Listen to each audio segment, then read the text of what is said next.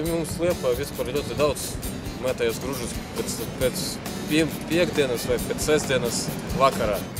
Tur ir soda par to, bet pie mums neko nedara. Kāpēc nevar izdarīt tā, ka cilvēkiem par to piegružošanu vajag maksāt?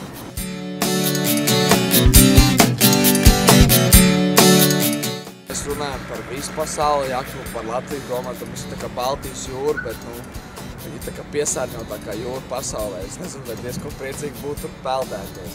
Tā kā vajadzētu arī domāt par kaut kādu ekoloģisko stāvokli tām amatpersonām un sākt ar Baltijas jūru attīstīšanu, tad arī turismus uzlabos.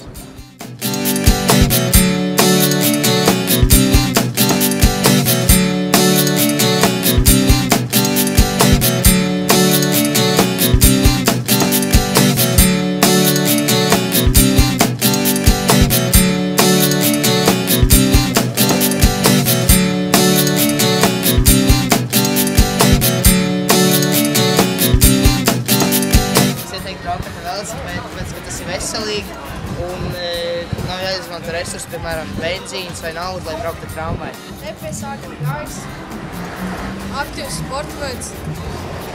Es nezinu.